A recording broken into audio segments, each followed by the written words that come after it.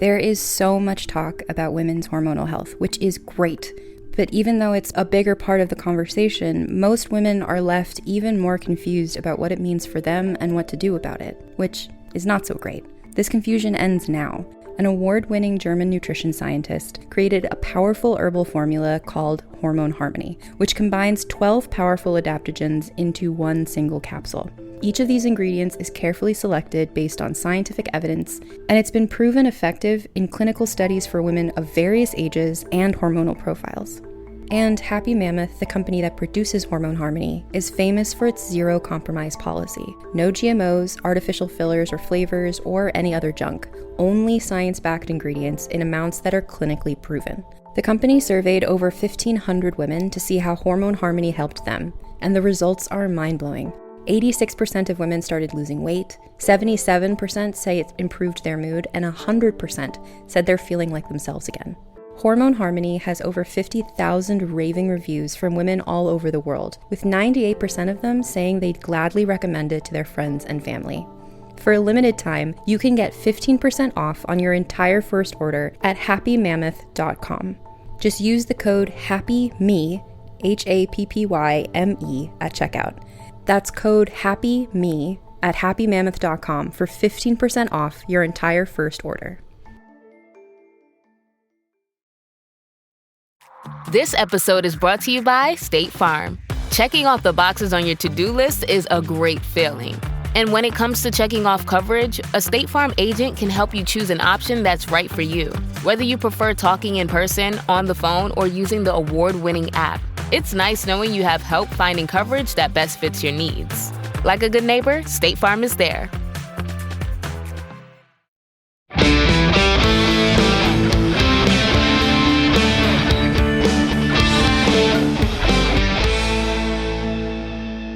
In 2005, two brothers hit the road to fight monsters. That road has led them to fighting demons, angels, and saving the world. It's a journey that is taking them to heaven, hell, and back.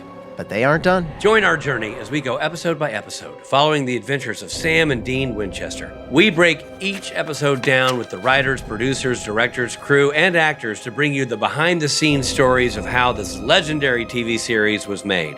That guy right there, that's Rob Benedict. He played God and Chuck Shirley. Hey, and that guy there, that's Richard Spade Jr. He played Gabriel, Loki, and the Trickster. And P.S., he directed a bunch of episodes, too. Now, while we are insiders, we're also outsiders, because we're not experts.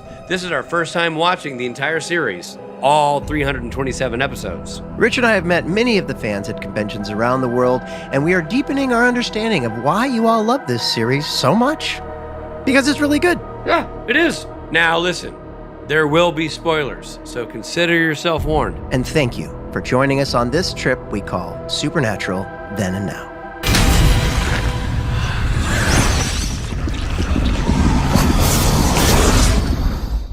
Hey everybody, it's Rob Benedict. And Richard Spade Jr. We're talking about Season 7 of Supernatural, Episode 19 of Grave Importance. Oh, so what you're saying is what we're going to talk about is super important. Okay, what's the topic, Rob?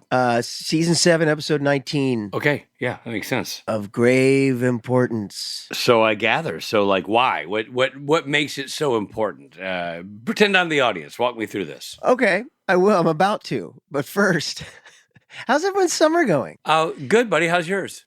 Pretty good, pretty busy. But me and you both, Richard, we hope you, the listener, like all the Spotlight episodes that have been coming out. Yeah, man, because those Spotlight episodes are of grave importance. See, Rob, I know how to do it. There you go. It has been a Dickens getting regular episodes scheduled. Just a Dickens. A what'ins? A Dickens. A Ewins. A means.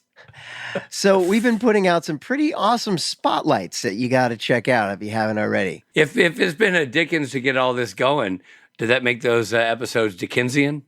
Yeah, like Dickensian. Is it? Yeah. Big sideburns and yeah, exactly. Candlelight only. London in the late 1800s. Exactly. Yeah, if you don't know what we're talking about, you got to check it out. The Spotlight episodes spotlight a specific thing. Like, for example, we just had one with Jared Padalecki and Genevieve, and that was quite an awesome spotlight. That was outstanding, an elevated experience. You know, if people aren't really getting the grave importance of the Spotlight episodes, maybe we should do a Spotlight episode about our Spotlight episodes. Ooh, That would be really good. See what I'm saying? Spotlight on the spotlight. Spotlight on the spotlight episodes. And we call it Of Grave Importance. Of Grave Spotlight. Yeah, exactly. Thank you, Rob. All right. Very good. All right. Well, thanks for joining us, everyone. See ya. Oh, no. Stop it. You got to summarize this, we Robert. have a whole podcast to do. We have a whole episode to do. Come on, man. Turn on that charm. All right. Here we go. Dean gets a call from Annie. Hello, Annie. Hello, Annie. Now, question. Lots of questions for this episode. Who the F is Annie? Yeah. Have we seen her before? No, I don't think we've seen this actress before, in the show at least. All right. Well, there she is. There she is. We see her now. And by the way, you know who's seen all of her? Everyone. All three boys. Yeah, all three boys have seen this character. So Annie's a fellow hunter who wants to hand over some of Bobby's old books. They arranged to meet in Bodega Bay, California. I love also with this show how the United States, basically from the Midwest all the way west, is just one little city. There's small towns everywhere. He's like, where are you? Close enough. Lunch tomorrow at 1. See you there. Yeah, I know. It's like there was. It's like this episode. The whole show should be set in Rhode Island. I know. But you know what's funny is that I did notice the locations are awesome. Like they're on this dock. You know. Like Bodega Bay looked pretty cool. Really pretty. It looked a little bit like Vancouver to me. I didn't get that. Yeah. And then you know what else is clearly from a character standpoint, they really knew each other because that phone call's like, hey, what's up? Nothing. What are you doing? Annie. How much? Oh, hey. Yeah. It's like cut. Like they. Oh yeah. Really leaned into the fact that they know each other. Yeah. And are you the only one who thought that when they went to that haunted house and saw the girl and guy that it was a flashback to Dean and her? A little bit, yeah. For a split second, I thought that was. I'm like, ooh, Dean made out with her in high school. Right. So Annie's is investigating a haunted house. And then we see these two teens that Rich thought at first was young Dean and young Annie doing the getting to know each other on the couch. Pulling a Benedict. But no, it's just two random teens. Two random teens pulling a Benedict. And they're killed by a ghost who's also doing the Benedict in the Van Ness house. Annie discovers their bodies. By the way, I also love Annie's confidence. She's like, hey, let's have lunch tomorrow. I'm like, okay. Real quickly, I'm going to solve this case. She's just pulled through this haunted house. Hop in here real quick. Well, Annie discovers their bodies just before she's trapped inside by a slamming door. Not a fan. And when she fails to show up to lunch, this is my favorite scene in the episode, by the way. The Sam and Dean at lunch. I thought they were both funny.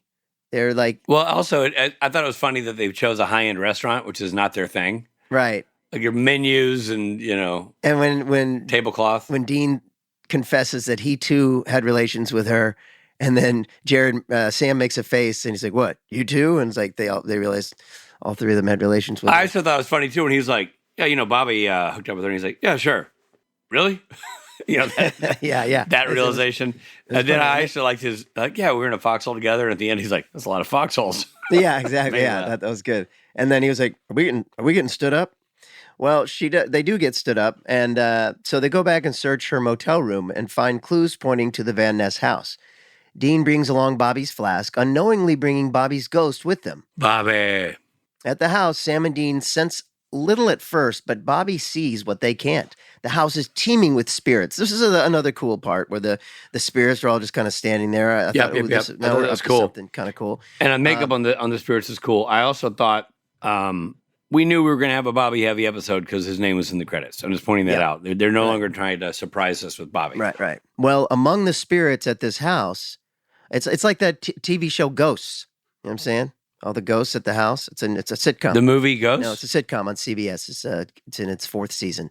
But including Annie's spirit is in this house. That's a lot like the sitcom Ghosts. I'm a Cabot Cove guy.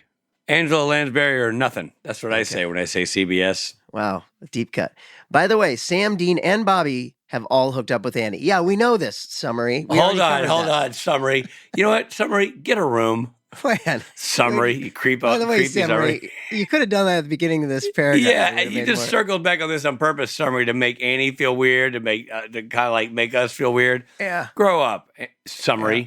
These are grown-ups. We're trying to read a times of crisis. And by God. And then the little sketch that the summary has here. I know, you didn't have to do the sketch. This is unnecessary. You could picture it. Very They didn't graphic. all four go at it at the same time. So what are you, a graphic artist? What are you, Wang Stensler? We got a new Wayne Stencler in town.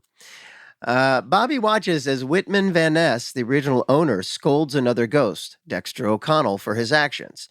Bobby and Annie connect with Haskell Crane. The names are awesome, by the way. Yeah, great names. A ghost who tries to teach them how to manipulate objects. Right. After Sam and Dean leaves, Annie meets Victoria, another spirit who left a cryptic warning. Oh, yeah, that Victoria.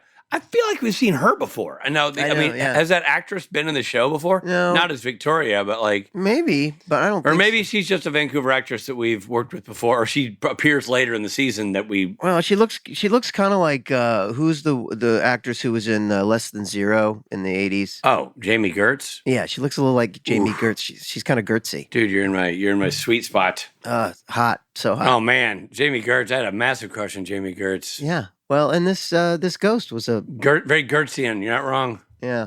Well, at the local historical society, which, by the way, why was there smoke coming out of the guy's mouth? Like he was. I thought he was, dude. As soon as that happened, I'm like, ooh, he's a ghost. No, they're like at some cold spot in Vancouver. Yeah. They were just freezing the man out in a warehouse. Yeah, there's some cold warehouse. Like they didn't have heat in there. I guess not. Like that whole scene, he's talking. It looks like they're inside, but there's what do you call that? Smoke coming out because it's so cold. Condensation. I don't know. Like yeah. Yeah, I know. Yeah, but there's smoke coming out of his mouth. I just thought that was hilarious. Well, the brothers learn that Dexter, once the groundskeeper, was convicted of murdering Whitman's wife and several others, including sex workers, before being killed during an escape attempt. Sidebar, Rob, this is not about you. Hey, summary. Would it kill you to call them ladies of the night? I mean, the summary is really dipping low into the cesspool. Although it is up to 2025 lingo. I think. Yeah, but this is, but it's a period piece. They are period piece workers. Sure, ladies of the night. What did she call herself? A fancy gal or something? Yeah, what did she? Yeah, I was a fancy gal. And they get going to hug her. It's a good runner. It's a funny thing. Okay, Jamie Gertz. And that was a pretty funny thing too. Like they're like, you mean a hooker? She's like, I know. She's kind of gave up. Well, back at the motel, Bobby managed to write a message in the steam on the bathroom mirror, revealing his presence and that Annie is trapped. Again, I thought this was a cool moment. It finally gets to connect with the boys. They're like, Bobby. Well, meanwhile, Annie watches Whitman murder 2 more teens and destroy Dexter's spirit. Okay, those teens were really annoying. Oh, the 2 dudes who came in with the cameras? Yeah. My only problem with them is like you did not get the sense that they were upset at all that their friends were Your friends just died. Or, yeah. One of them was like actually psyched about it. Yeah, I thought that was a little goofy. Your friends are missing.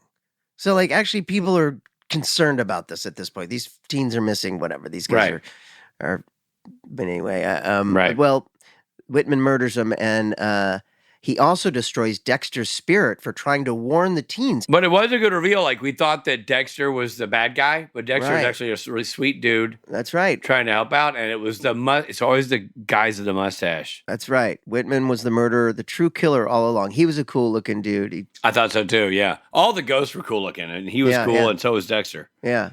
He killed his wife, turns out, and the prostitutes, too. Whitman did it all. And he's now feeding on ghosts to preserve himself. Annie convinces Victoria to retrieve the victim's camera as Whitman hides their bodies in a secret passage. I have a question, about that. Rich has a question. How did Victoria get the camera? Because Annie and Bobby still haven't learned how to touch stuff, right? But Victoria's been dead for so long, she knows how to do that. I didn't know if it was like, because that dude giving lessons, is that something you just get with time over Yeah, I think after a while? so. And also Victoria knows how to reveal herself to alive people. That's why that's right. Dean. When Sam and Dean return to the house, Victoria gives them the camera before Whitman destroys her by burning her remains. That's a bummer. You know what I mean? Yeah, that's a waste of a Jamie Gertz lookalike. It was, exactly. Sam and Dean now know that Annie's ghost is there too. I actually thought that actress playing that character was good, though. The Jamie Gertz one? Yeah, playing Annie. Yeah, she was great. Sad to see her go.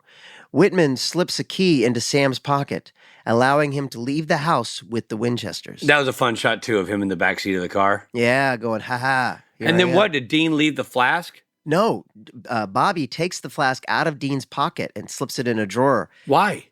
So that he could stay with Annie, I guess, and then he realizes that was dumb, and he's like, that was dumb of me to do that. Oh, man. Yeah, that was really dumb, because then he couldn't follow Dean, and he couldn't be helpful. Yeah. Also odd that you missed the snooze through that whole part. There might have been a sequence where my wife came in to talk to me and I forgot to hit Feels that pause. way. There might have been. Feels that way. I'm just saying. But blame the machete. Well, so blame It's somebody. funny. You know what's funny, though?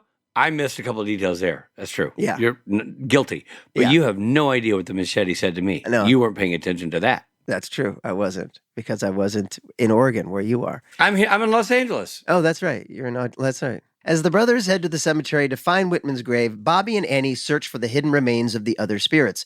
Annie, ready to move on, asks Bobby to give her a proper hunter's send-off.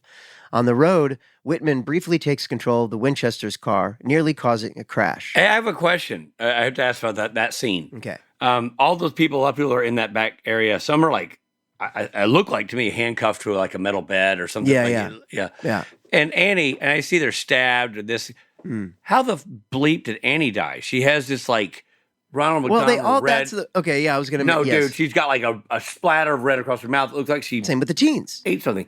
I felt like this teens looked like they had spilled blood out of their mouth, like whereas Annie had this like. Phew, Well, they all looked like they ate a bunch of spaghetti. Like it didn't look like they're in a horrible Italian restaurant accident.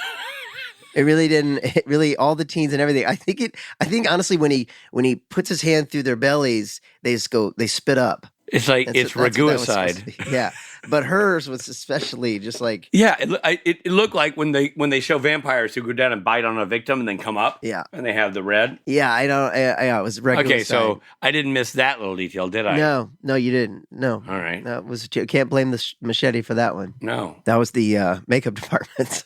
I mean, and I'm not even blaming them. I figured there's a reason for it.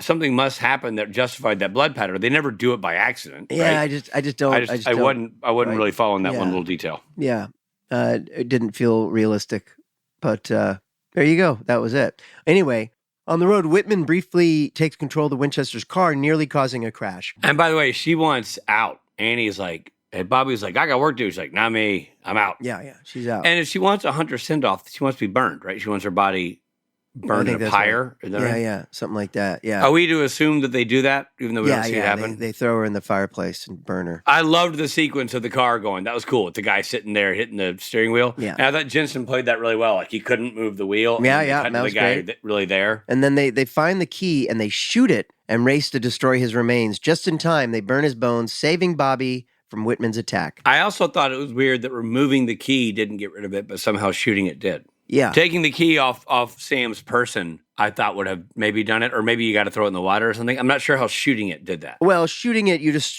maybe you destroy it and then Destroy the object. and the ghost is haunting the object, so it just sends the ghost back to the house. Yeah, I guess so. It was destroyed. So is that to say that if they shot Bobby's flask or Bobby's flask got run over by a train or something, it would cease to? No, he would go back to back to where he was killed or something.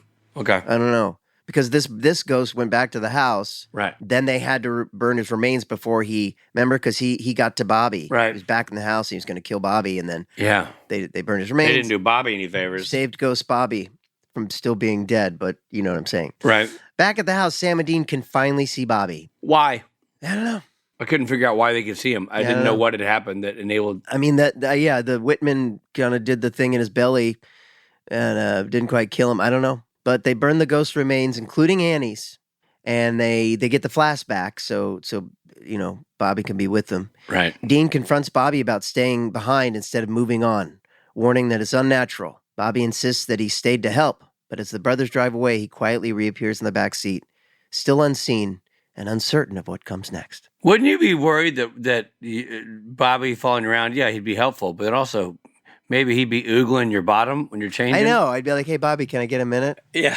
Hey, dude, this is me time. Yeah. Bobby. Yeah. And you don't know if you're like Bobby's, in there making the curtains diddle, but that's how you know he's there. But if he decides to not diddle the curtains, Well, yeah. you don't know. We also don't want him in there for the diddling. Any kind of diddling, you don't want Bobby in the room. If somebody's gonna show up and start pulling a Benedict, you want it to be Bobby free, not you, Bobby free. You're Bobby, but you want it to be Bobby free when it's Benedict time. You know what I mean? There's so many. If I had a nickel for all the times I'm just.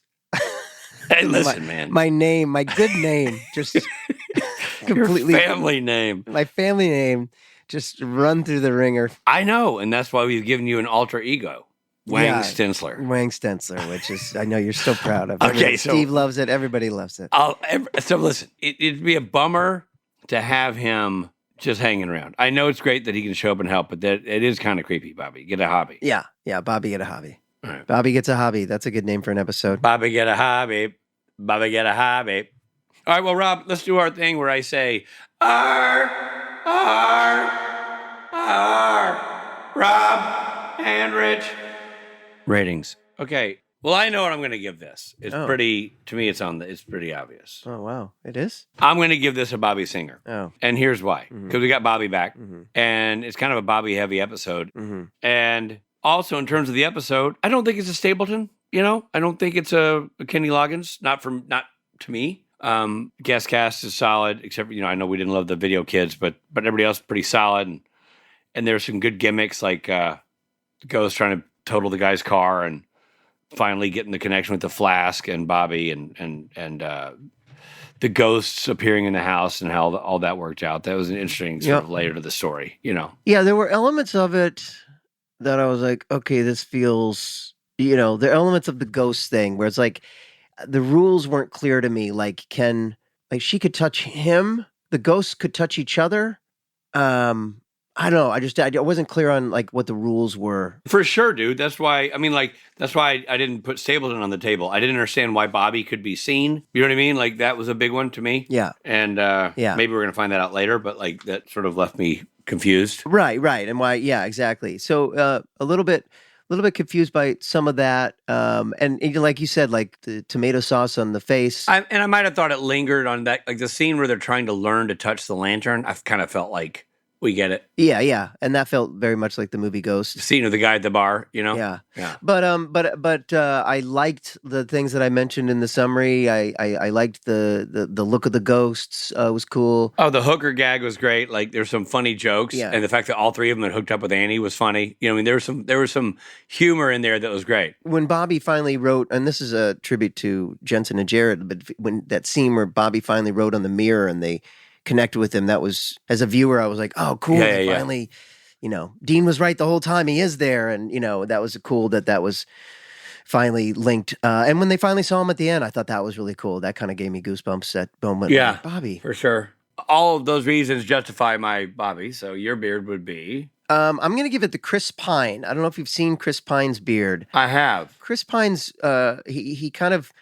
he's kind of out there with his looks sometimes, and he's a great looking guy, but the beard is his beard and his whole look can sometimes be like, I'm not quite sure what show he's in or what, you know what I mean? What the purpose is. Well, I feel like Chris Pine, when he grows a beard, is like, I'm a movie star and I'm really good looking, so I can grow this kind of effed beard. I can pull this off. Yes, exactly. And in the same way, we love Supernatural. We love these characters, and they can kind of do whatever they want, and we'll go along with it. But I did have some questions. But at the end of the day, it's a great, I enjoyed it. And I did, like I said, I had a couple goosebump moments where I was like, finally. Yeah. And then I'm like, well, where do we go from here? I don't know. I don't know what happens here. And I'm still a little bit upset, like lamenting the fact that Bobby's actually dead. Dude, so am I. I'm not loving the fact that we're only going to get Bobby in ghost form. Yeah. I'm not at peace with that yet. For the rest of the time? Like, this is just the way that it is? I think somebody gets resurrected. I can't imagine a world where we never see Bobby again. How does he get resurrected? I mean, I guess Castiel maybe could resurrect him. And Castiel got resurrected. I mean, Dean got resurrected. Yeah. Dean got pulled out of hell. I mean, like, I don't know. Yeah, but they're Sam and Dean. They're magical. They're special guys. I feel like if he can outrun his Reaper, then he can, figure out a path to be alive again. I'm just going to hold out hope. I'm holding out hope, Robert. All right. As a Reaper outrunner. Reaper runner. Well, I'm very, very excited about our interview today. Oh, man. We've been trying to get this duo for a while. Yeah. Finally. Yeah. Legends that they are. Eugenie Ross-Leming and Brad Buckner. They've been working together since the Norman Lear series, Mary Hartman. Which is just awesome, by the way, that they've been that loyal to each other for that long. Yeah. They co-created and executive produced Scarecrow and Mrs. King. They also worked together on such notable series as Lois and Clark and Hack Together, they wrote 38 episodes of Supernatural. That's a lot, man. That's a lot. And I directed a few of them later in the seasons. Yeah, and I was in very, very many of them, too. And That's awesome. Eugenie Ross-Leming just happens to be married to Robert Singer. Executive producer extraordinaire. That's right. And co-showrunner, Robert Singer. Yeah, and she also got her start at Second City in Chicago, along with Joe Flaherty, Brian Doyle Murray, and John Belushi. Pretty elite company there. Yeah, she's got some great Hollywood stories, and we're just so happy that we've got them here for you. So here's our conversation with Eugenie and Brad.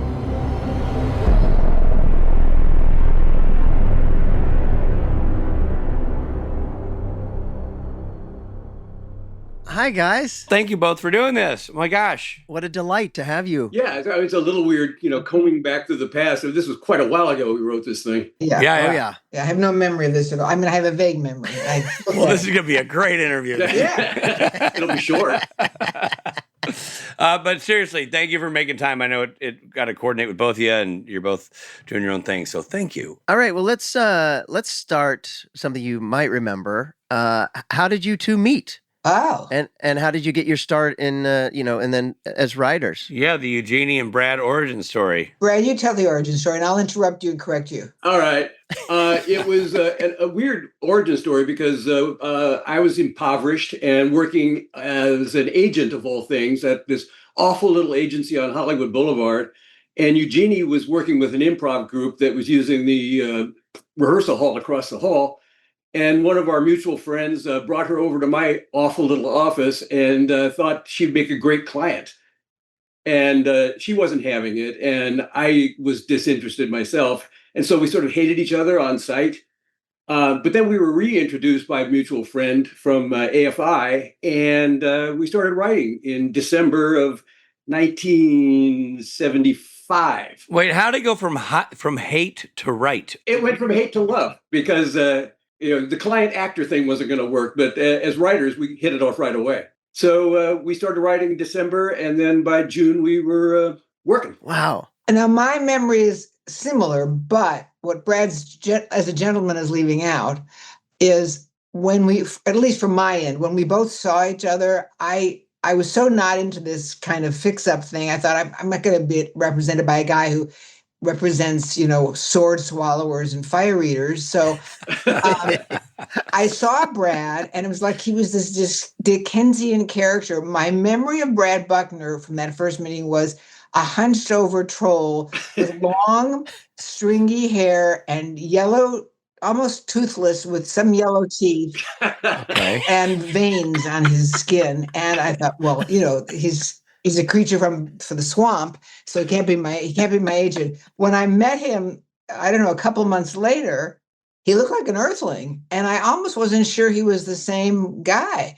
And I'm sure he had the same feeling about me because we both were just radiating contempt. But he looked really cute and kind of collegiate, which is also not my type, but still. I was more into bikers and drug dealers, and there was Brad looking very San Diego, or was it San Diego State or UC San Diego or wherever, but Southern California boyish. Right. And I just didn't see how we could have anything in common, except that he was really funny. So that sort of started us down the path. Wow. That's awesome. And by the way, man, that's a grisly interpretation of Brad's visual cues. Yikes. I'm sure it wasn't that bad, Brad. Hey there, this is Jensen. I hope you're enjoying the episode, but we need to pull over for a second for some messages, and I gotta take a leak.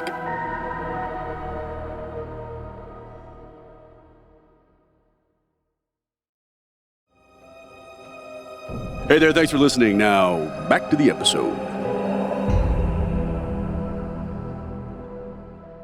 And then your first job was Mary Hartman? Our first staff job, yeah. We wrote episodes of things, and then we were swept into the Norman Lear orbit. And he was really a mentor because we worked directly with Norman at the table. We had to do 5 episodes a week. It was insane.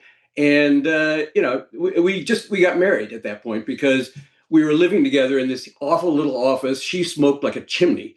And we were there until the sun came up outside. Then we go away and, take a shower and then come back. And we worked 6.5 days a week because we had to write the entire outline for every script and have it at Norman's house Sunday night so we could get notes on Monday. And so it was so glamorous because we would crawl through the undergrowth at Norman's house and tape the thing to his back door. Seriously? Seriously. Yes. No, it was a very glamorous situation. And where did Norman Lear live? Brentwood.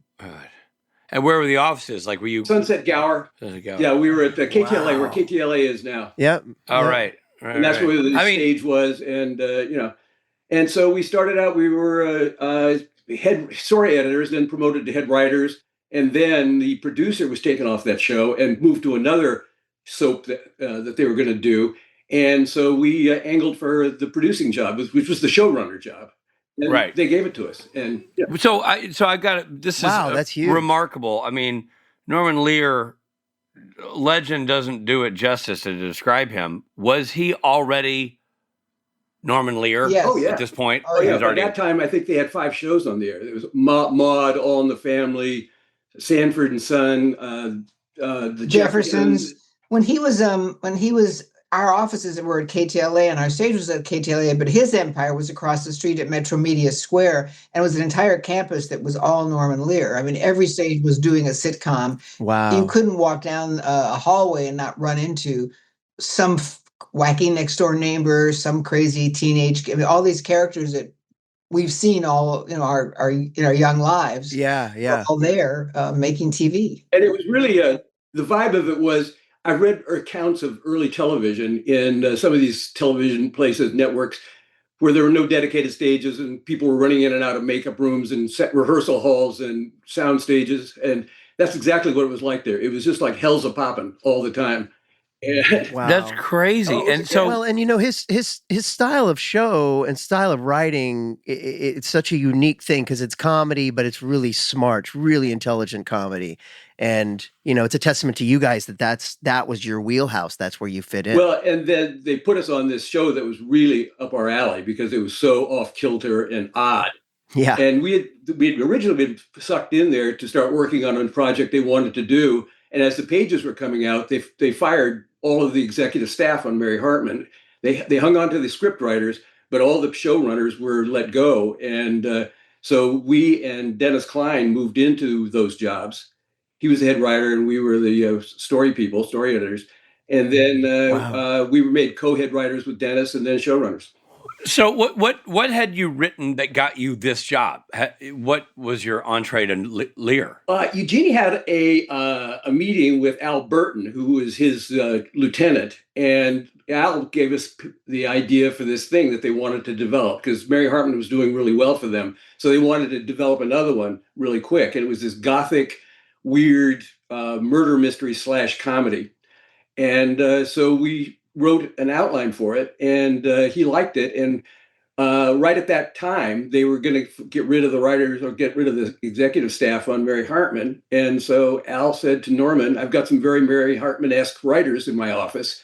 I think we should consider them. And it happened really fast. Wow. And also, it was like Brad described the working conditions. It was really like slave labor. It was a sweatshop. So you had to be young and ambitious and fearless to handle that job. Because if you had any emotional stature or sense of personal decency and integrity and ego, you had to give that all up because you were you were just basically there to serve the machine. Wow. Which we were more than happy to do. We just thought that's Sure. the way the world worked. And, yeah, we were there, as Brad said, 24/7. Wow. So you worked, continued to work, and then eventually you were part of our supernatural world, sort of bringing it to where this podcast is at. Yeah. I know you wrote an episode or maybe 2 as sort of freelance writers for the show. Just in season 1, we were asked to come in, and they needed something fast because they had tossed out a script, and so they needed something fast, and it was a difficult premise. But we delivered the script, and I don't think it's one of Eric's favorite, but we did it. And then we went off and did other things. And then season 7, we started back in. And so were you in the writer's room in season 7? It was a weird situation for complex reasons. We weren't considered officially on staff, although we were in the building constantly because we wrote 3 episodes that season. We always had to be there to pitch and get notes and, get network notes and all of that stuff.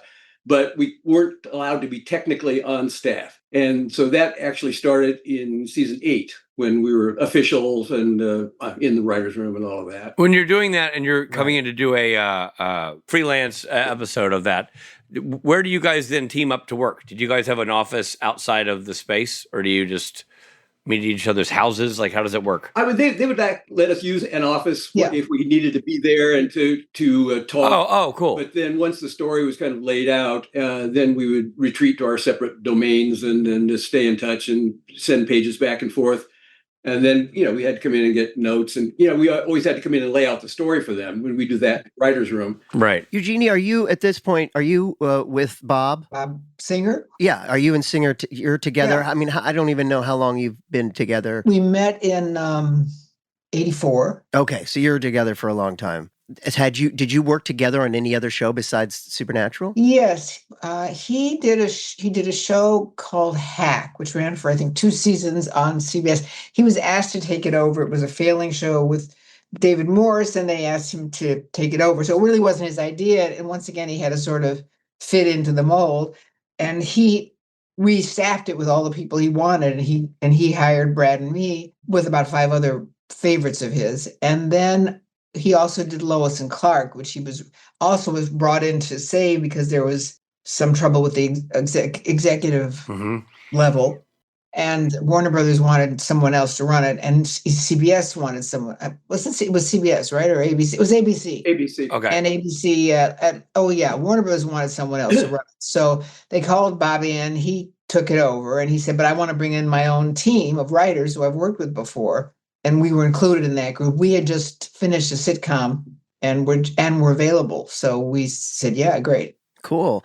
It's so great, too, that you're, again, going back to the Norman Lear days, like you can do both the drama and the comedy. That's, not a lot of writers are. Yeah, it is. That is kind of an unusual situation back and forth like that. Yeah, you're not pigeonholed in one thing. So that's cool. How did you meet Bob? Me? Yeah. Well, I mean, I knew who he was. I guess he knew who we were just because, he had been years ago had been an executive at NBC, and so we sort of knew who he was because we had done some projects at NBC, and then we happened to have a mutual friend, and this is actually exactly the same thing that happened with Brad. Now that I think about it for the first time, he and I had a mutual friend, and I was stopping by her house to, I don't know, grab her for dinner or something, and he was there. He had fallen by, and so we just talked to each other. And did you hate him on sight as well? I hated him on sight. Yeah. I hated him on sight. My friend asked never me, heard this story. So what do you think of him? And the exact quote that Bobby remembers because it's seared into his soul is, "I hate him and I hate his pants." Well, there's the title of your autobiography. It was just I just didn't like them. They were beige corduroy, and I didn't think they were a good cut, and I just didn't dig them. But we all played. Like Brad, I was wise. I mean, I grew to be wiser. He and I and this other friend, we played Trivial Pursuits that night, and we hadn't, the game was just coming out. It was really popular. Yeah. And I sort of watched the way his brain worked, the way he was figuring out things, and I thought, well, he's as smart as I am, so that's something. And he was funny. He had funny ideas, and he made me laugh. So then I had to rethink the pants concept and weigh which was more important. Rethink the pants is a good lesson in life for all of us. And Brad, this must make you feel somewhat better to know that she's not necessarily a first impression person. I can't tell you. I had never heard this story before. Now I see a pattern, and now I get it. Levels the playing field. Same with you, Rich. The first time I saw you. Oh, too well. Yeah, you didn't like Rich. In your defense, take a number. You know what I mean? Like, everybody thinks I'm a troll when they meet me, but then they meet me again and realize I am a troll. So now you come onto this show, and obviously Bob works on a bunch of stuff, and Brad, you guys are working on your own thing. Eugenie, so are you paying attention to Supernatural at that point, or when you get hired, you have to bring yourself up to speed? Oh man, yes. Okay, it's tough. It really is tough because I'd seen episodes. I was not a devotee. I just didn't watch a lot of television anyway. Sure. And I had no idea what we were getting into because the last time we visited, it was just in the formative year of its first season, and so there wasn't a lot of established lore yet or anything. And coming in on season 7, and then even worse, season 8.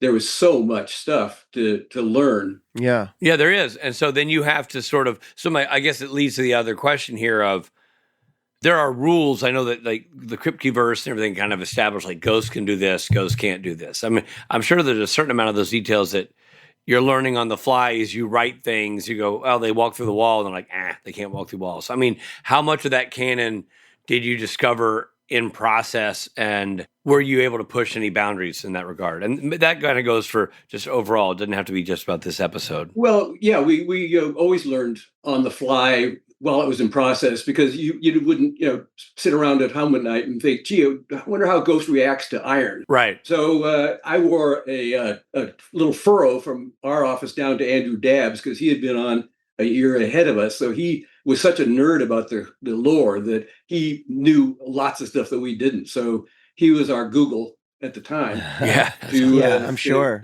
Ask these questions, and he was great about it, very generous.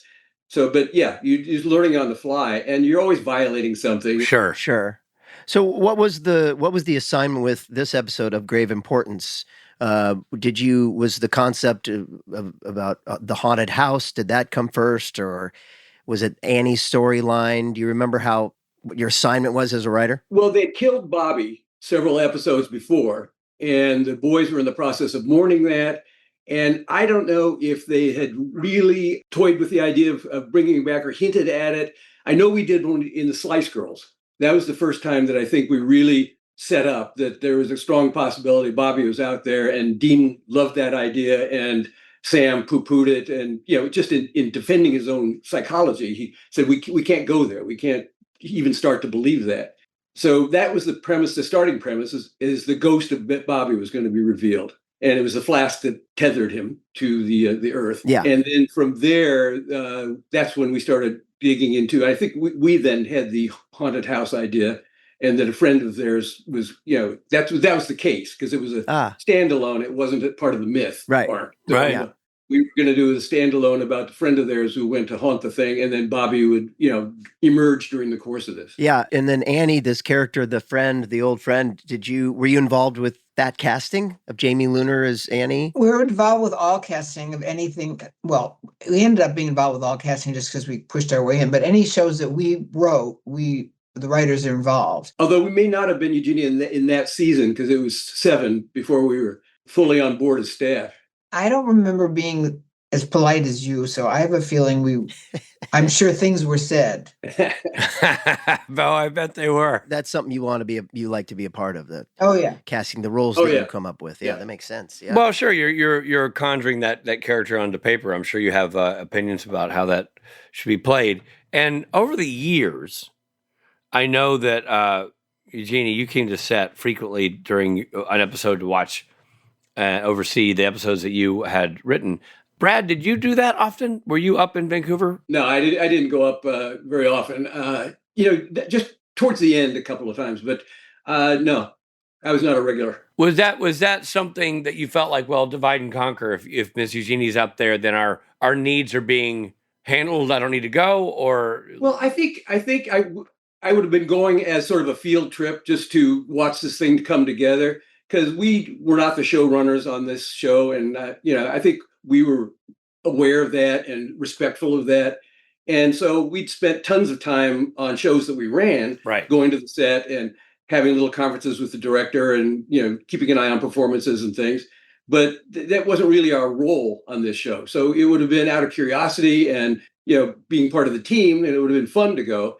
But we didn't have an official function on the set. Right. All right. Again, I would like to add that while that's true, that we were respectful of our position, we also had a unique relationship to the show. And so I think we did know that if one of us went up, we would have an active, maybe more active voice than another person might. Right. Sure. And we never wanted to create chaos, we were respectful in our attitude. We loved the show. We loved we usually got lucky and had our favorite directors directing. So, which I think we had something to do with also. Right. So It was fun to just go up and watch them work. I'm more comfortable on the stage than Brad is. I think he's not as aggressive as I am in this area. And so I enjoy being on the stage collaborating with people that we work with. And the show everybody fell into the right place at the right time. Right.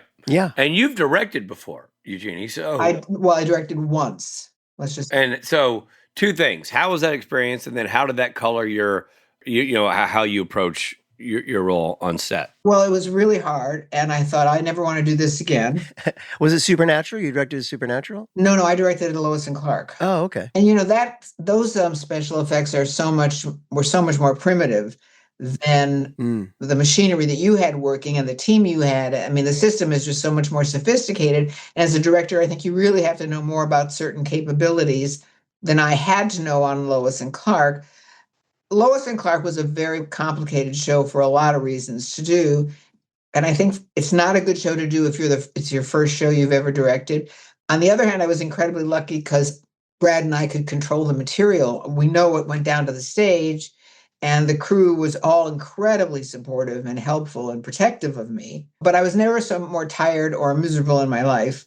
And I didn't see it as something I wanted to do. I mean, I like doing stage direction better. Sure. Because then you really have an interface with the actors and the material, and you don't have to worry about union hours and, Yeah. Wasn't your first day, Eugenie, there was a huge exterior night shoot on Annie Street? Oh, yeah. This is sort of funny. And wasn't there a monkey? What? Wasn't there a monkey in that episode? There was, yes. We also had a monkey in the show. So, yes, Brad, my co-writer, put a monkey in the show. So that was very helpful. By the way, when you said that, I wasn't sure if you're going to say, and his name was Tyler, and he was the prop guy. Like, you never know with you. First impressions, Exactly. We were shooting on the Warner Brothers lot. At the same time, Bobby was shooting up at Universal. It was a night shoot, and he was still doing two shows at the same time. While we were executive producing, he was also executive producing Lois and Clark and doing a show at Universal. And we were sharing the same stunt team. So the stunt guy at that particular night had to go back and forth from two sets. And wow. I was really hysterical inside because it was a big action sequence and I didn't know what the I was doing and scared. And Phil Segrisha was there. He was helping me out. But it was like a Hollywood moment. I didn't share in this because I was in the middle of my own swamp of hell. But Bobby could see us shooting from up on high at the Universal set. He could look down at our lit set. And for him, it was great because he said, she's shooting at the same time I'm shooting. And we're, doing this, making this movie together. So yeah, that was kind of lovely in terms of lore. In terms of my own hysteria, it was an awful initiation. And that afternoon had been very difficult too, because while we had daylight, I was shooting some earlier stuff I wanted to grab outside. And it was my first encounter with one of the actors and I had a shot lined up and I was really prepared and I knew what I wanted to do and he refused to do it. And I know they were testing me. So I had to maintain a certain composure. I couldn't go mad in front of everybody. I started weeping. I did. I started weeping. I went behind a tree and I wept for about 5 minutes.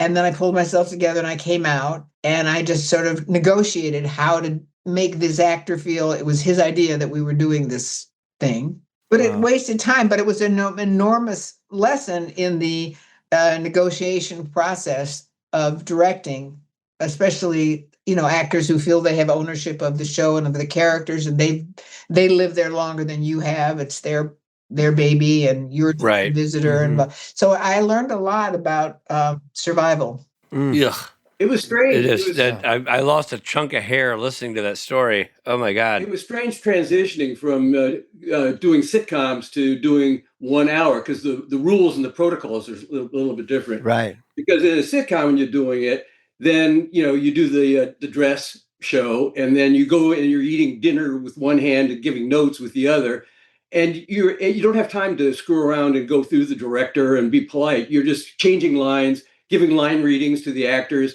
your notes directly to everybody, and that's how it works. So we didn't know the rules are different when we went to make the Scarecrow pilot. Right. And Rod Holcomb, who is the nicest guy in the world, was directing. Oh, I know. I've worked with Rod, yeah. We would take him aside and say, no. And finally he went mad and kicked open a door and left the set. And the guy who's, was the line producer came to us and said, it's really not how it works. Who directed the pilot of Scarecrow and Mrs. King? Brad. Yeah. I thought he was the lead. Sorry, I was confusing it. Okay, and so No, he directed the pilot and the first episode. oh, so he was pissed. Well, interesting. But that was the only time he got pissed off. But he was fine after that. We got along great. Right, once he understood the shorthand, with you guys. Okay. And then he liked it. He liked it if we took him aside. He didn't want the actors to be aware that we were taking him aside, but he would have automatically come and huddle with us. Gotcha. And then he would go back into it. Gotcha. And then he wanted that. Yeah. So now when you've done this experience, Eugenie, and you have this in your back pocket, and you never want to do it again, the directing part.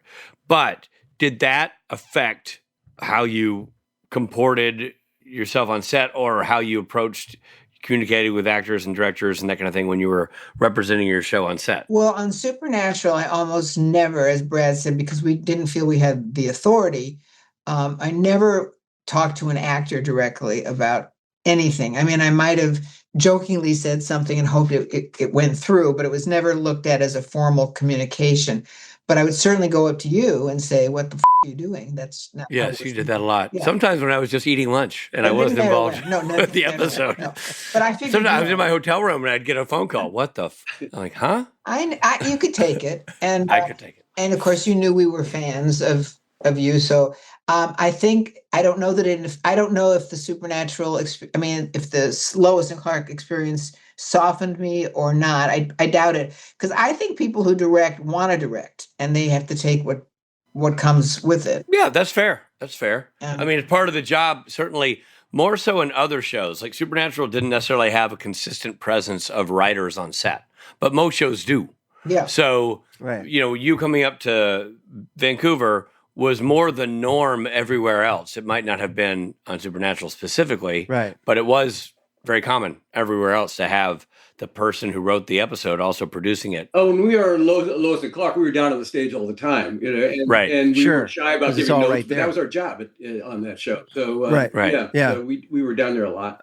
Personally, I always liked Eugenie being on set. For me, my experience was you were there when Bob was directing. Well, it's also because you're her favorite. Let's not leave that out of the loop. Yeah, between me and you. I think between me and you and a lot of people, I think you rank high, much to my chagrin. And man, have I tried. I've softened Richie, you know that. Oh, thank you.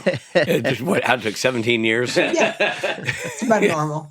Yeah, that's the gestation period. Back at this episode, was there anything about the backstory inspired by existing myth or local ghost story or urban legend about the haunted house or the guy who'd killed all those people? Nothing that existed. I think once we realized we were going to frame the episode with an old friend of theirs calling and letting them know that she was going to be there on a case, then that story sort of started unfolding, and we decided what the nature of the haunted house was, and the kids making out and getting interrupted, and then the ghosts, and this one guy being very territorial about that place for what reasons that were to be revealed. Right. So it started unfolding like that, but it wasn't based on anything that we really knew of. Right. I really liked that turn, by the way, because you took that haunted house trope of get out and really spun it on us when we realized that he's actually protecting the people, right? Versus he's there to damage them, which I did not see coming. That was awesome. And also the idea that she had hooked up with everybody was awesome. Yeah, we thought that was funny. We got to laugh at it. Yeah, if you get past the creepy factor, yeah. Yeah, I mean, but they had to play that, which is great. Yeah. Like you left that in their lap to deal with, and I thought it was a funny, the way Jared and Jensen played it was funny, and it was great. Oh, they're so great. Whenever we can find, I'm sure, and all the writers do this, but whenever you can find moments in the show where you just bring in the Jared and Jensen of it all, it could be in any episode, but just find a way.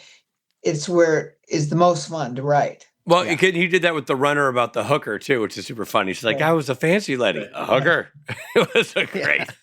And even the ghost, the hooker ghost was like, yeah, sigh. That was great. So you guys wrote this episode in season 1, and then it's season 7. Was there a difference in writing the character Sam and Dean as older and wiser? Well, and they were at a particularly bleak spot in them, they're psychologically in that season. And Dean was drinking, and they just, they had this kind of, they'd lost Cass to purgatory, and just a lot had gone down the prior season. Yeah. So they were at a Yeah. kind of a low ebb. So yeah, that was different. Yeah. And they were just more boyish in that first season, you know. Yeah. Right. There's like an idiot walked out on Stanford and presented family business. But they were slightly different characters. In this, they were more world weary and seasoned, certainly by season 7. Yeah, more complex. Yeah. Well, guys, thank you so much for talking to us. We could talk all day. I'd love to have you back on so we could find out more about. Well, we got to have you back because obviously you guys continue to write just a slew of episodes. Yeah. So you got to come back and talk to us again. Because getting you this time, I'm telling you, I mean, it was something. So thank you for being a part of this. It was difficult because we didn't want to particularly get into the weeds on that first episode of. Yeah, but which is totally fine. I mean, like, you know, I think of you guys as being sort of a staple from the show from the get-go because of your involvement from early on. Yeah. But it makes sense that you wanted to wait and save it for when you were, you know, officially part of the squad. And it's awesome.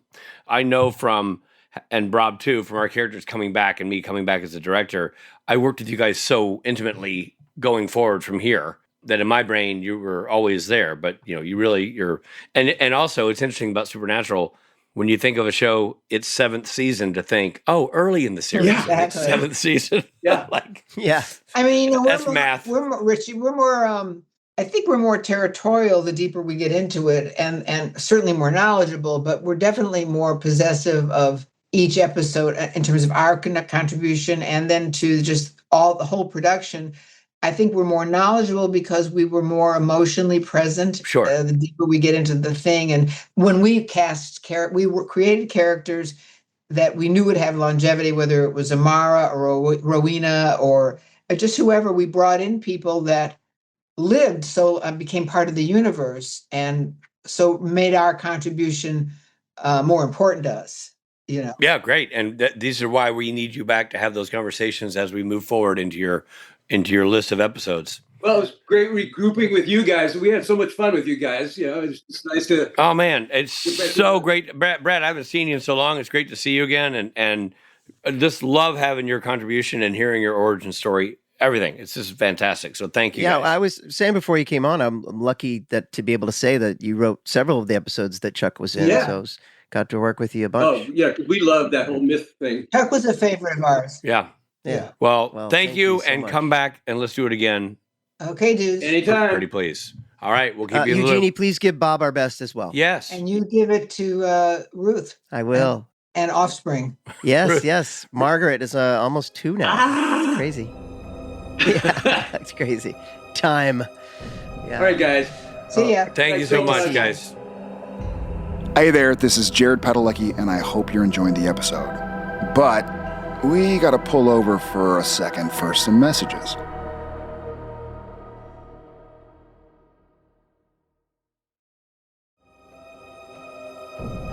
Hey there, thanks for listening. Now, back to the episode. Well, Rob, I mean, what a powerhouse duo to have on the show. And the origin story. Dude. I mean, they're legends, man. They're legends. I could have done the entire interview about Norman Lear.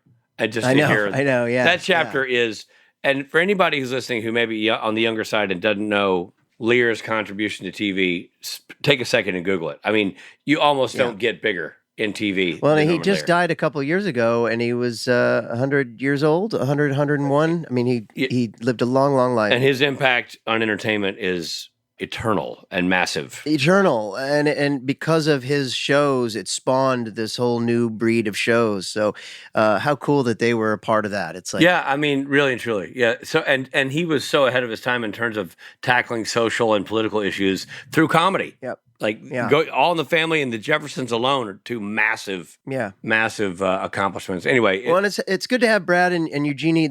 We can call this their first episode of the podcast. right, because they're going to do many more because they are valued assets. They're going to become recurring characters. And they're so fun together too, by the way. I love their banter and their energy. It's awesome. Anyway, that was fantastic. Now, Rob, I feel like it's time, and I'm going off script here, but Okay. what do you say we dive into some mythology? I mean, that was actually right on script. Yeah, but That's it says exactly right what the there, script says I'm to going do. off script here. So I was just reading the lines. Oh, right. Oh, I see. Well, the episode takes place in a haunted house in Bodega Bay, California. Isn't a bodega like an Italian sandwich shop? Bodega is the shop on the corner that sells groceries and also sandwiches. It'd be a bummer if you lived in New York and your name was Beauregard Dega, and so we were like, oh, bodega, and they'd knock at your door all the time asking for toothpaste. And you're like, no, I'm not a I am bodega. I'm just bodega. I'm not a Right. bodega. Yeah. Right. I'm BEAU Dega. Right. That's got to happen all the time to that guy. Well, it's 70 miles north of San Francisco, and California is home to a number of famous haunted houses. I have some favorites. Can we list them? Here are a few of our favorites. Richard? Okay, I'll start. The Winchester Mystery House in San Jose, California. Winchester, Yeah, mystery California. house. Built by Sarah Winchester, widow of the rifle magnate, believing she was haunted by the spirits of those killed by Winchester rifles. She constructed the mansion nonstop for 38 years. That's about how long it took me to fix my plumbing. Wow, bummer to be her neighbor. No kidding. It includes staircases that lead to nowhere and doors that open into walls, meant to confuse ghosts and obviously contractors. Yeah, well, I'm sure it did. I'm sure you have a lot of confused ghosts in that house, man. This Winchester, real quick. This door here, you know it goes to nothing, right? The boy's not going to cut this in the wall, but okay. Is that the contractor or the ghost? Both. I'm a dead contractor. The contractor ghost. Hey, Robert, have you ever been to the Winchester Mystery House? I never have. No, have you heard of it before? Oh, yeah. I have friends of mine. Remember the Boltons, Rob and Carrie Bolton? They used to love to go there. Yeah? They'd go up there and Oh. you can tour it. Oh. It's a tourist site. No, I've been to there is like a mystery, another mystery spot kind of place in Northern California, but it wasn't a house. This is more of a there's like a floor that's tilted. Oh, yeah. Okay. Yeah, well, that sounds like bad construction. It's just bad construction. That's all it is. All right, Rob, what else we got? The Whaley House in San Diego, California, built on the site of public executions, it later became a family home with tragic deaths. The ghosts of executed criminals and family members are frequently reported by visitors and paranormal investigators. Like Chad Lindbergh. I can't. The Frank Whaley House. I was thinking of good old Frank Whaley, who was in every movie from 1991 to 2010. Yeah. If somebody said, hey, I got this great plot of land. Mm-hmm. It's just, a lot of people were killed here, but man, look at the view. I probably would have to pass. And I'm going to, without naming names, I had a buddy and he and his wife and their little kids, they had a house that butted up against a cemetery here in Southern California. And I couldn't do that. And at the same time, you're not one who says, yeah, I believe in ghosts. No, but I also don't want the cemetery bit right there. Yeah. No, I get it. I'm the same. I am not one of those guys who says I believe in ghosts, but I'm also wise enough to know that I don't know all things, and I certainly wouldn't want to tempt fate. You don't want to push it. Especially if fate had been killed there. Exactly. But that's the Fate House. Yeah. Which brings us to number 3. No. The Preston Castle, which sounds like a rich kid's name. Preston Castle, otherwise known as the Preston School of Industry in Ione, California, or Lone, California, or Ione, California. Ione? Or Ione, California, or Ione, California. Ione. Ione, like sky. Opened in 1894 as a reform school for Benedicts. No. Well, I mean, I'm assuming there are several Benedicts there. It's a reform school for boys. Opened in 1894. Preston Castle was home to decades of abuse, tragic deaths, and mysterious disappearances. Man, not a lot of reform going on in this house. No. One of the most infamous incidents was the brutal murder of a housekeeper, Anna Corbin, in the 1950s. Visitors and paranormal investigators have reported disembodied voices, shadowy figures, cold spots, and phantom footsteps. Now, in fairness, the Phantom Footsteps are the cover band that play every Friday night at Preston Castle. So, of course, they see Phantom Footsteps. But the other parts are creepy. Yeah, cold spots. Well, the Cold Spots is the debut album from the Phantom Footsteps. Phantom Footsteps.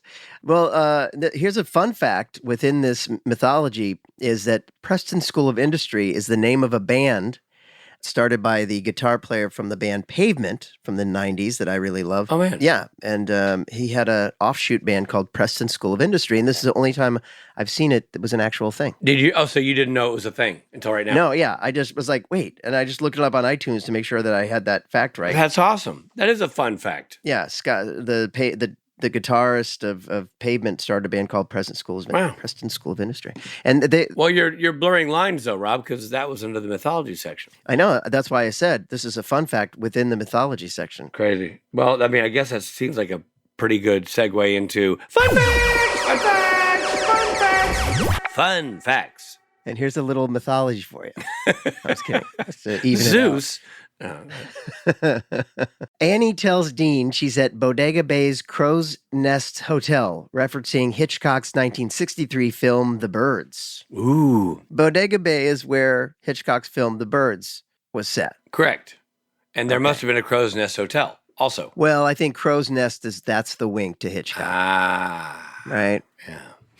I don't have to tell you this, Rob. The German title for this episode is Die Geister! Die ich rief, which translates to the ghosts I called. Ah. It kind of sounds like maybe Yoda titled this episode, The Ghosts I Called. Robert, any other languages doing any other nations translating this episode for us? The only other one that I've heard, and this is, I may be getting this wrong, but in Japan, it was called the Happy Fun Boat That Kills You. Oh. Yeah. It seems off topic, but okay. That's the Japanese title. All right. The haunted house was filmed at the Tulk House Heritage Building in Vancouver. Aren't you glad it wasn't the Hulk House and the Hulk was there? The Hulk House. They're all filmed in Vancouver, so they don't have to add the in Vancouver part. No, it's true. It's true. And if you didn't know, just look at the breath of the guy in the museum. Yeah, he's literally freezing. Poor guy. But I really thought he was a ghost. Or there was a ghost present. Yeah, I really misguessed. Yes, exactly. Misguessed that. Yeah. The mausoleum where Vanessa's bones were buried was a portable set that worked at 2 different locations. Oh, that's cool. They wheeled that thing around. That's neat. You know, I thought there's a shot of Bobby. This is not that, because that's a different scene. But there's a shot of Bobby at the end when they go into that room where he's got all the... Yeah, it goes behind the wall. The fireplaces, and then he's got all the dead bodies. There's a shot of Bobby that almost looks like it was like a pickup shot from a different day or something. There's black behind him. But I think it was just maybe just an optical illusion because there was just like nothing behind him. It could have been. I mean, you never know. You never know. And he's a ghost. So whatever. He could be anywhere. Why don't you take this last one, Richard? All right, Robert. Annie's death reinforces the axiom that if you sleep with Sam Winchester, you die. And really, that little fun fact is aimed at me, squarely at Rob Benedict, who has a crush on Sola Sam and would love to do the grown-up with Sola Sam. Right. And Rich keeps saying, don't do the grown-up with Sola Sam because I say, whatever you do, don't onky with Sola Sam because that's going to be... Well, the end of Rob Benedict. Do the donkey? Onky. The squeaky mattress. Yeah, so that's why I haven't yet. But that's the only reason why you haven't yet, by the way. That's the only thing holding you back. Wow, so that's the thing. I forgot. Yeah. If you sleep with Sam Winchester, you die. Everyone who's kids out there, if you run into Sam Winchester, hold off. Hold off. But not with Jared Padalecki. No, go for it. Go to town. Dean Winchester, heck. Bobby, I mean, gosh, if you run into Chuck, give him what for, but not Sam Winchester. Wow, that's a good note to end this podcast on. Absolutely, and a fine podcast it was, Richard. Really great having Eugenie and Brad on there. I mean, what a home run. Yeah, it was like the introduction of a character that's going to play big in the second half of the series. Yes, but they are around and a force to be reckoned with for the remainder of the show. So glad we finally get to bring them on. That's right. Well, we'll see you at the next one, everybody. Yes, we will. This episode of Supernatural features Jared Padalecki as Sam Winchester and Jensen Ackles as Dean Winchester. Guest stars include Jim Beaver, Jamie Lunar, Antonio Cupo, Alicia Rotaru, Derek Gilroy, and Craig Erickson. Of Grave Importance was written by Brad Buckner and Eugenie Ross-Leming and directed by Tim Andrew. Editing by Nicole Baer. Music by Jay Greska. The B camera operator was Tim Moynihan.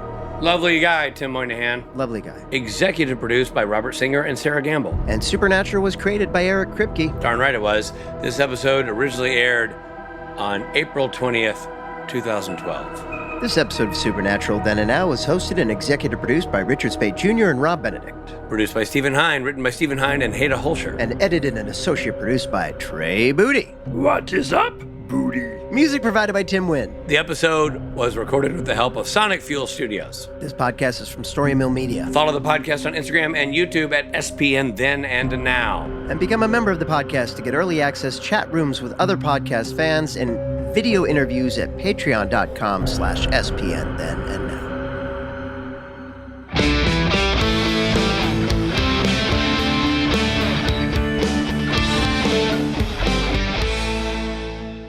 It occurs to me, and I know I'm no Steve Hine. I don't pretend I'm a Steve Hine. I'm not Heinean enough to be a Steve Hine. No, but you're just Dickensy enough to be a just dick. Dickens enough to understand the Hine. Booty, what is up? What is up, Booty? Well, how would Yoda say it? I don't know. Story Mill Media.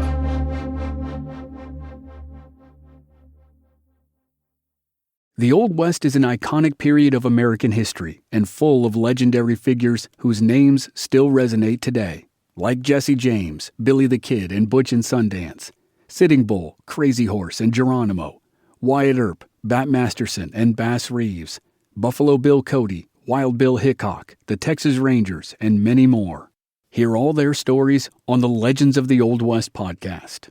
We'll take you to Tombstone, Deadwood, and Dodge City, to the plains, mountains, and deserts for battles between the U.S. Army and Native American warriors, to dark corners for the disaster of the Donner Party, and shining summits for achievements like the Transcontinental Railroad. We'll go back to the earliest days of explorers and mountain men, and head up through notorious Pinkerton agents and gunmen like Tom Horn. Every episode features narrative writing and cinematic music, and there are hundreds of episodes available to binge. I'm Chris Wimmer. Find Legends of the Old West wherever you're listening now. Does music really have the power to heal? How can you instantly be more persuasive? What would the world be like if there were no bugs? These are the kind of topics we explore in every episode of my podcast called Something You Should Know. My name is Mike Carruthers, and what we do on Something You Should Know is we find leading experts and curate topics that will impact your life, satisfy your curiosity, or simply fascinate you, maybe all of the above. Out of all the millions of podcasts in the universe, Something You Should Know is usually ranked in the top 200 of all podcasts on Apple. A lot of people like Something You Should Know, and I'm willing to bet you will too. We deliver 3 episodes a week and have a catalog of over 1,000 shows for you to listen to. Give a listen to Something You Should Know, wherever you get your podcasts.